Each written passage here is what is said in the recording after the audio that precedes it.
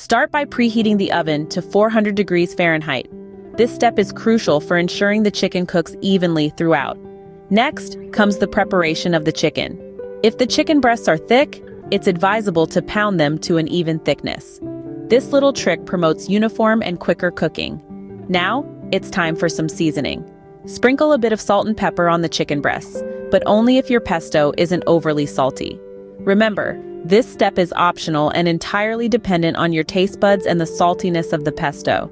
You will want to use about 1/2 teaspoon of each for every breast.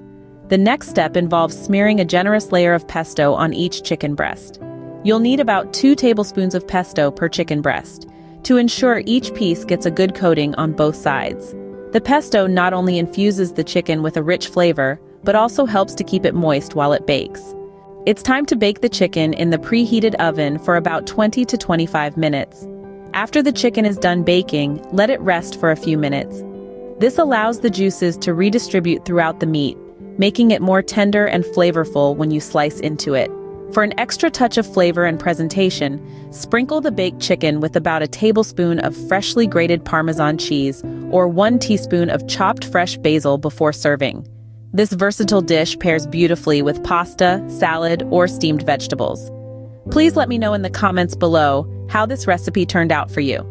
As always, the recipe is in the description. Don't forget to subscribe and give this video a thumbs up. Help Magnolia Moon reach 1,000 subscribers.